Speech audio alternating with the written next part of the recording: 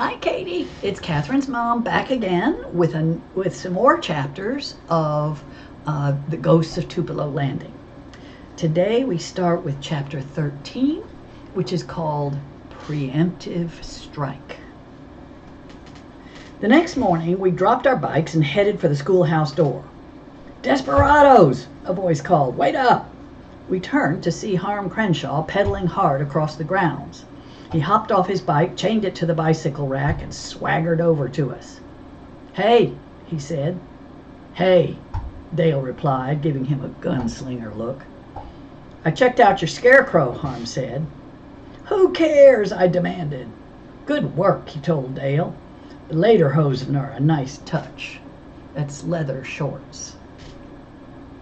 "Of course it's nice work," I said. "Miss Lana says Dale's an artist, like Van Gogh, only with both ears." Vincent van Gogh was an artist a long time ago, and he had cut off one of his own ears. He frowned and glanced at Dale's ears. "Right," he said. "Look, I'm sorry things didn't work out with Lavender. He seems like a nice guy. I'd like to help him," and he hesitated and changed course. "Okay, I'll level with you. I could use the money. If either of you could put in a word for me with Lavender or the Colonel." He stared at me, making his eyes soft and pleading. "Puppy eyes," Dale warned, his voice scornful. Harm Crenshaw was trying to play me. I swung my messenger bag over my shoulder. "If you need money, maybe your granddaddy can help you out," I said, heading toward the school. Harm's puppy eyes disappeared. "Don't know what you're talking about." "Red Baker dresses poor, but people say he carries a roll of moonshine cash that would choke a mule." I looked at Dale. "I know, figure of speech," he said, beating me to it. Harm hooked his thumb in his pocket and tried to smirk, but he moved jerky and off rhythm. "What's that got to do with me?" "Red Baker," I said, heading up the steps. "He's your grandpa, right?" The door flew open. Attila stood with her hands on her hips, studying Harm with the gleam she usually reserves for research frogs. "You're Red Baker's grandson?" "What if I am?" he asked, blushing. For half a second, I felt sorry for him. I hate a blush. It's like a traitor riding beneath your skin. "You eavesdropping, Attila?" I said, "because where I come from, that's rude." "Yes," she said. "And where do you come from?" She eyed Harm up and down. "That explains why you didn't want us to know where you live. I'd be ashamed, too." "Who says I'm ashamed?" Harm shot back. "Actions speak louder than words," Attila retorted. "Excuse me, I'd hate to miss morning announcements.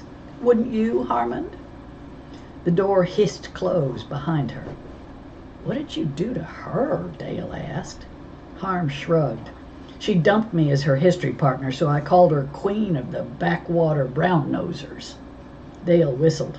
"She'll be gunning for you," he said as the three of us headed down the hall and settled into our desks. Miss Retzel claimed her place at the front of the room, looking pretty in a regular pink dress and her own hair. "She doesn't own a wig, I've asked. Dressing normal's a way of life for her, something I appreciate after a lifetime with Miss Lana." "Good morning," she sang. Attila raised her hand. "I have an announcement. Normally I wouldn't say this, but I feel full disclosure's best in a small town. I'm sure we'd all agree."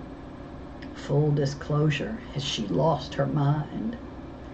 "She's ratting him out," Dale whispered, and I nodded. I looked at Harm, who clenched his fist and took a deep breath. He wasn't going down without a fight.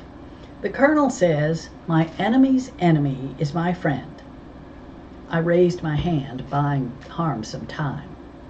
"I hear the Exums got in trouble last night," I said. "I thought I'd mention it in the interest of full disclosure." "We did not!" Jake cried. "We don't even own any paint." "Paint? What was that about?" Miss Retzel clapped her hands. "Anna Celeste, you have the floor," she said. Harm's voice boomed out. "Miss Retzel, I've decided on my history paper. I'm interviewing my grandfather, Mr. Red Baker, well-known moonshine consultant." The class gasped. Attila looked like a first grader who'd swallowed her ice cream money. Preemptive strike, Dale murmured. Good. Where you hit first before the other person hits. Your grandfather? Sal said, studying him. So that's who you are. You're interviewing Red Baker, Hannah said, her voice tinted with admiration. He's even meaner than Mayor Little's mother. Harm's eyes never left Miss Retzel's face. I know I can only make a B at this point, but it's taken me this long to confirm my interview. Red's temperamental. I appreciate your patience and hope my paper's worth your weight. The class swiveled to Miss Retzel. Thank you, Harmond, she said, her voice bland as vanilla pudding. I look forward to your report. He gave Attila a smile.